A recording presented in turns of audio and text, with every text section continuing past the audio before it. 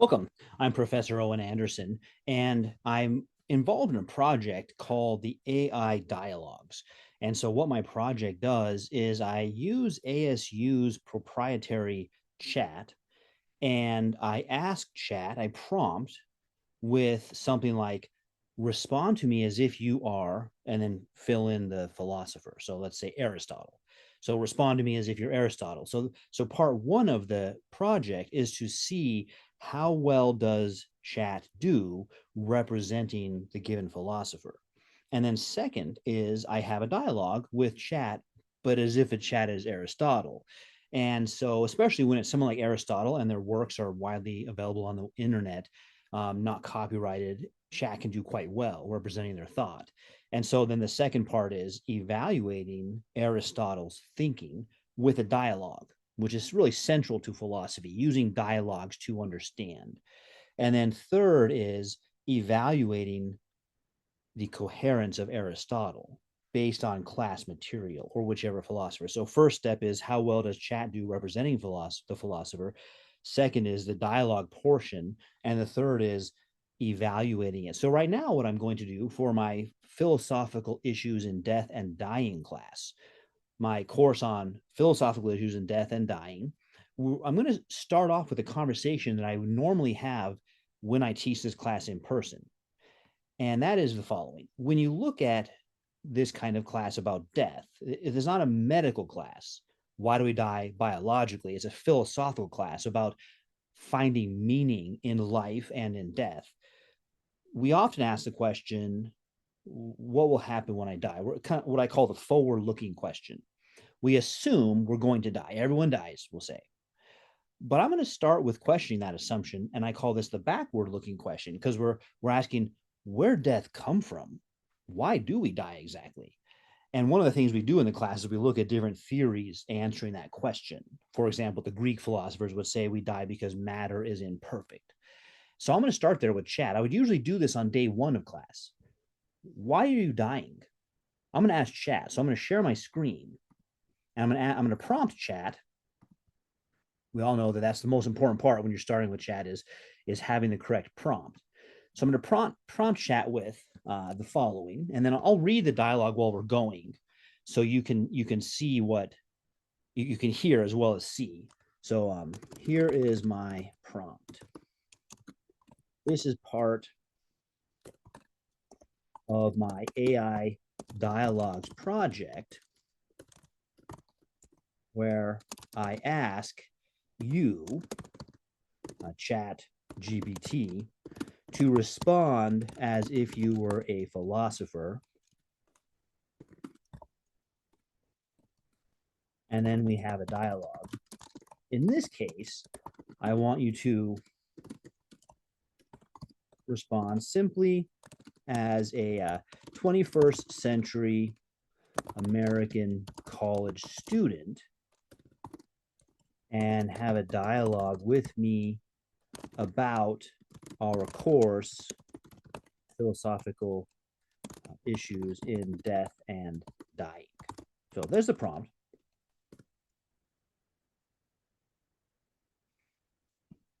All right, so class, here is our question. Why are you dying? Let's see what chat says here. Okay, so my first reaction is like, whoa, heavy question. Curious to see what chat thinks a 21st century American college student means. I guess the straightforward answer is I'm dying because I'm a biological organism and all living things eventually wear out. Cells stop repairing themselves. DNA accumulates errors. Our body just can't keep going forever. But if you're asking it philosophically, why am I dying? Then maybe it's not just about biology. Some people would say it's because death is a part of the human condition, part of what gives life urgency and meaning. Others might say it's because of some religious idea like original sin or that death is punishment or a consequence. Honestly, though, I kind of wonder if death is just the cost of admission to being alive. Like you can't really have life without death. What do you think? I'm going to question this. So this is part of what I would do in class. I would say, well, let's look at that though. You said Is that true? Can't you imagine an organism living forever or indefinitely into the future? It's not a logical necessity that a biological organism stops functioning, is it? Right? I mean, you could just keep going and going. Yeah, that's fair. It's not like there's a strict logical law that says all living things must die. I mean, science fiction is full of immortals, right? Vampires, AIs, people with nanobots repairing themselves forever. Even in biology, there are organisms like some jellyfish that scientists call biologically immortal because they can revert back to earlier life stages and keep going. So, yeah, you're right. It's not a logical necessity that a biological organism has to die. It's more like, given the way our biology is currently set up, death is inevitable. Um, how do you know, quote, how our biology is currently set up? What is your personal data set of biology, right? In other words, you've met 100, 1,000 people, and then you draw a universal conclusion. All of them will die. How do you know? Yeah, I see what you're getting at. I don't have a personal data set big enough to make a universal claim. Like I've met maybe 100 people in my life tops, and sure, some of them have died, but most are still alive. What I'm really doing is I'm relying on trust in scientific authority and cultural consensus. So again, I'm going to just ask the question, well, how much of that have you read?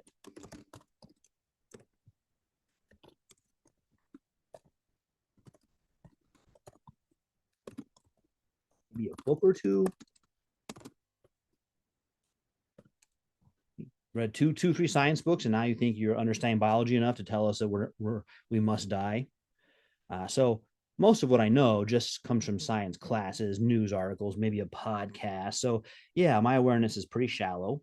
I mostly it's mostly absorbed from cultural consensus, like everyone around me treats death as inevitable. So I just took it for granted. Well, let's pull on that string of that thought. The quote, I just took it for granted. Now that I've asked you about it, you can stop taking it for granted and start to think about it. Why are you dying?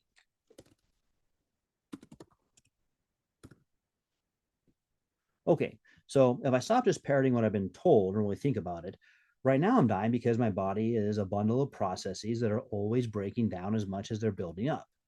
Well, how does he know that? I can feel it in small ways already. Like I don't feel as fast as when I was a kid. Now, I guess I don't know how old this student is.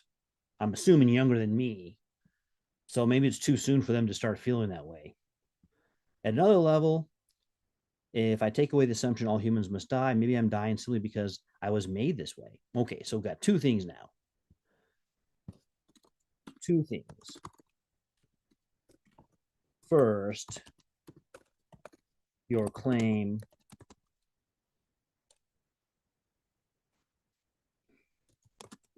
How do you know that? Have you met all persons or biological entities?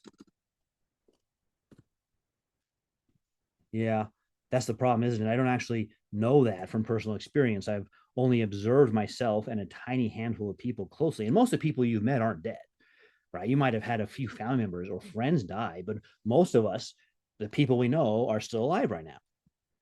So, no, I haven't met all persons or biological entities. I've basically seen a micro side of human life and then generalized from that, from what I've been told.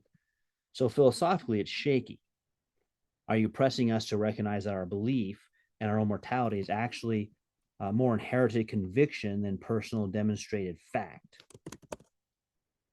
Yes. And to get you to think critically about something you've simply taken for granted.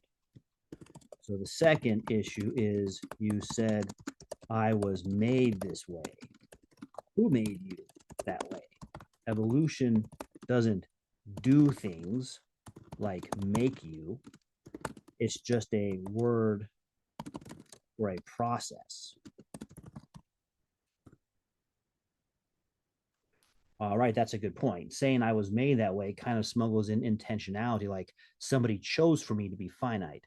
But if I'm sticking with an evolutionary theory, evolution doesn't have a mind or a purpose. It's just a label we use for how genetic variations got filtered over time. So if I say evolution made me this way, that's actually sloppy thinking. Evolution isn't a maker, it's a description of outcomes, which leaves me with two options. No maker, I just am this way because of impersonal processes, or a maker. If I use made language, that implies intention. God or some kind of designer chose finitude and death as part of a package deal. So either I have to strip away the made, or we're talking about God. Now I'm going to go down that alley, but first I want to address this. You seem to think being finite means we must die. That isn't true, is it? We could be finite, and we necessarily are, while continuing on indefinitely, but always finite still at any point. I raise this because you slip into thinking physical death is inherent to our existence, but it isn't.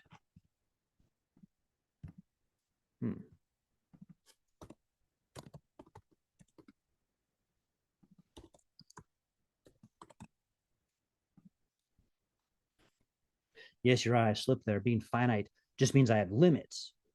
I can only be in one place at a time. I can't know everything. I can't do everything. But those kinds of limits don't automatically equal death. I could be finite while continuing indefinitely. So I think I equated finite with mortal because that's the cultural script I've inherited. Exactly. Human equals limited equals designed to die. So now I have to ask, if finitude doesn't necessitate death, then why am I dying? Precisely. Do you want me to start exploring alternative answers, like maybe death is contingent? Well, first,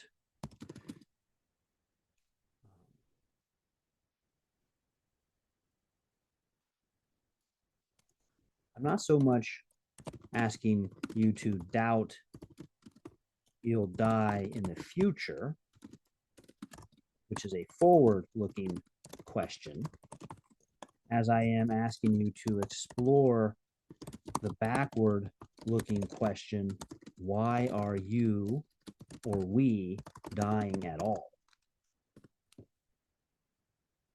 Okay, I see the shift now. You're asking me a specific, will I die someday? You're asking, why is it that I'm dying right now? Why is death a reality for us? That makes the question sharper. Because if I look backward, I can't just say, well, eventually entropy will get me. That doesn't explain why death is already woven into the human condition. So if I try to answer that a biological answer, that's shallow.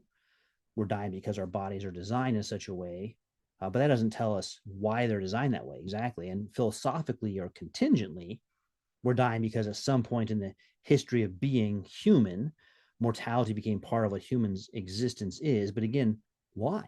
Why this form of existence? And a theological answer. Maybe we're dying because of some deeper rupture, like in the Christian view, death entered the world through sin. In that framework, death isn't a biological necessity, but it's a condition tied to rebellion against God. So looking backward, it feels like the real question is death a brute fact of biology, an accidental feature of how life happened to develop, or a condition introduced for some purpose? Yes. So can we agree it isn't a biological necessity or a material necessity,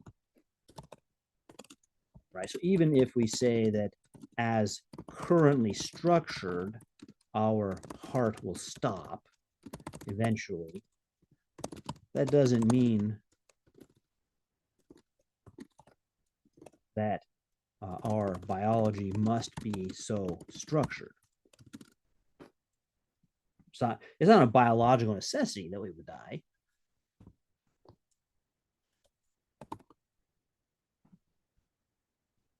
Yes, I think we can agree on that. Death isn't a biological necessity because the world could have been structured differently. And the same with matter. Matter itself doesn't demand that living things die. Atoms don't carry an instruction manual that says must self-destruct after 80 years. So if death shows up, it's because of the particular arrangement and conditions, not because matter or biology as such demand it. That makes the why question heavier. If it's not a strict necessity, then death is contingent, which means something has brought it about. So the question now isn't how does biology lead to death, but why is biology arranged this way at all? Yep.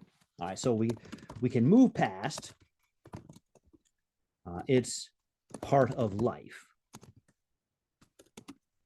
It might be now, but it isn't logically necessary or necessarily so. We can move now to consider the options. If only material things exist, that still doesn't mean we must die, does it? Right. Exactly. If only material things exist, that by itself doesn't mean we must die, because even in a purely materialistic framework, it's conceivable that matter could be arranged in such a way that living systems keep repairing themselves. Maybe entropy would still be an obstacle, but you could imagine a perfectly efficient system where energy inputs balance losses and cells regenerate. It doesn't even have to be at the global universal level. I'm putting this in, but you don't have to have like a perfectly entropy free system, but that you have a body that even though it decays, it also replenishes itself because it can put in more energy from eating, from the sun and photosynthesis, etc. So it's either an accident or it's on purpose. If it is an accident of this kind, accident here means then there can be no answer to why am I dying, correct? Yeah, exactly. If death is just an accident of how blind material processes happen to shake out, then there's no real answer to why am I dying. And if there is no real answer to why am I dying, then this affects all the other answers about my life. And there can be no meaning or no ultimate meaning to my death. Yeah, that follows. If death is just an accident of biology, then when I ask why am I dying, there's no answer in principle, only a description of mechanisms. And if there's no why to my death, then it undercuts the possibility of ultimate meaning of my life too. And so some of this is a little bit longer. Sometimes when I'm doing these chats, I don't read all of it. You can pause the video and you can read all of it. That's the benefit of it. And so let me get to something else here. That idea of a meaningless life. For many people, that is worse than physical death, correct?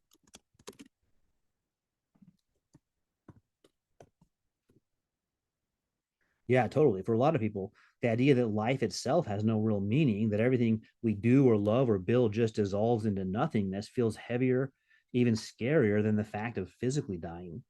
Like people can face physical death if they believe it fits some larger story, whether that's religious or even just a legacy. But if death is meaningless and life is meaningless, then it's like the bottom drops out.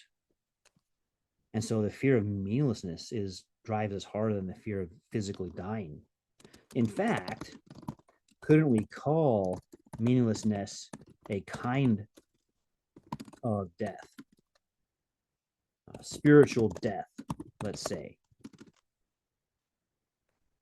That doesn't need to commit us to any ontology, but to just distinguish between the two.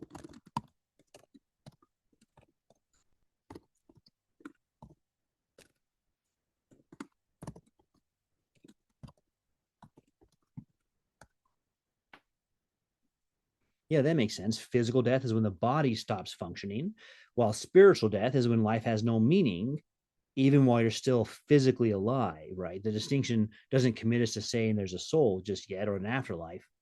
Now, in some ways, spiritual death might be more devastating than physical death because it drains life of value. Now, going back to the idea that if death has meaning, it is not an accident, but has intention or purpose, which requires God or a creator. For many people, this comes up in terms of blaming God. If God is all good, then why is there death? Do you get that point so far? Yes, I get that. If death isn't just an accident, but somehow has meaning, then it implies intention. And once you say that, the hard question comes up, well, if God is all good and all powerful, why'd he include death at all? There's a lot of people pivoting to blame God, seeing death not as an accident of nature, but as evidence that God either isn't good or isn't powerful or maybe doesn't exist at all. It's the problem of evil. Yep, I want this to be a very focused point for the class on the issues in death and dying. So if death is meaningful, then the whole burden shifts to explaining how a good God could allow death. Well, think about this: from the goodness and power of God, we can say that if God is all good and all powerful, then he created the world very good without evil in it. You understand so far? Yeah, I follow. If God is both all good and all powerful, then it makes sense that he would have created the world in a state of goodness, a world without evil, without corruption, without death built in it from the start. That would line up with the idea of very good creation. So the original condition of the world on this view wouldn't have included death, which means death isn't necessary to existence itself, but something that came later, something that was introduced. Correct. And now we can begin to ask what kinds of things could have happened such that physical death would be introduced into a very good world. Can you think of some? Okay, let me try to think through this. If the world began very good without death, then for death to appear later, something must have happened to disrupt or alter that condition. So some possibilities are human choice or moral fall, which is called sin. And that's the traditional Christian story. Sin brings death into the world. Cosmic corruption, maybe some non human force like Satan. Now, I'm going to go through these and rule them out rather than taking chat's time to do it. But, well, that couldn't be the case because that corruption wouldn't, it would be unjust and therefore not good of God to make humans die because of this. And this whole discussion right now is on the idea that God is good. Judicial act of God, even if creation started without death, God could have decreed mortality as a punishment. So that's kind of like number one already. Protective measure, perhaps death was introduced as a kind of mercy, like preventing evil or corruption from stretching on forever. That also kind of goes underneath too. Interesting, the way it's set up, one, two, and one, three, and four build on each other because here you could say if humans did become sinful and collectively they were filling the world with sin, death is a protective measure to prevent the world from being filled with sin. Let's say the world's filled with sin, and in response to that, God floods the world. Well, that fits here underneath number four. And then five, some natural shift. Hypothetically, one could imagine creation itself being altered, a fall of nature. And again, that could go with Numbers 1 and 3, that human sin introduced death, but God did that through a secondary cause of by shifting what happens in nature. So that doesn't mean either God did it or nature did it. It could be that nature was set up one way, sin happened, and then nature is set up a different way now. And so uh, this would mean that physical, or if physical death comes after moral evil, sin, then physical death is a type of a sign of the spiritual condition of humans, correct? Humans who are in spiritual death are also physically dying. Yeah, that makes sense. If physical death only enters the world after moral evil, then physical death isn't just a random biological development, it's a kind of outward sign of the deeper spiritual condition. So, spiritual death, which is separation from God introduced by sin, and then comes physical death to remind humans of their spiritual condition. So, on that schema,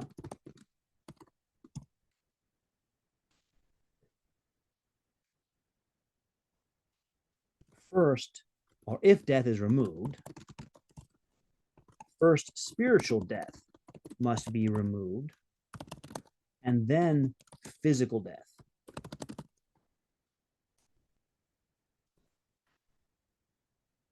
Right, that follows logically. If physical death is the outward sign or consequence of spiritual death, then you can't just remove the sign while the root condition is there. Otherwise, it would be like erasing the symptoms while leaving the disease. And so, in order, that would explain what, or that order would explain why in Christian thought, salvation is about restoring spiritual life now, while the final resurrection comes later. So let's go back to the first question.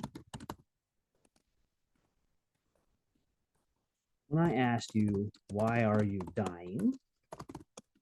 You started by saying it is necessary. I showed that it isn't, and that your knowledge of biology and who dies is very limited. But then we looked at the possible reasons why physical death occurs now. And we saw that if it is unknowable, then there is no meaning in death or life.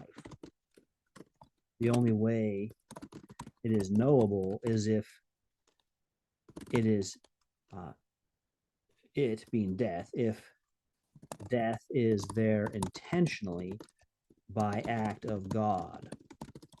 And then we explored how this could be the case as a response to human sin.